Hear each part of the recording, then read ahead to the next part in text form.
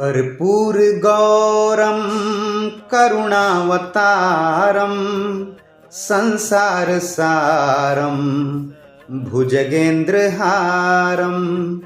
कर्पूरगौरं करुणावतारं संसारसारं भुजगेन्द्रहारं।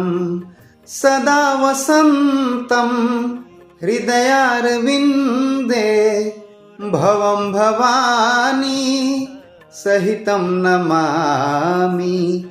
कर्पूरगौरं करुणावतारं संसारसारं भुजगेन्द्रहारं।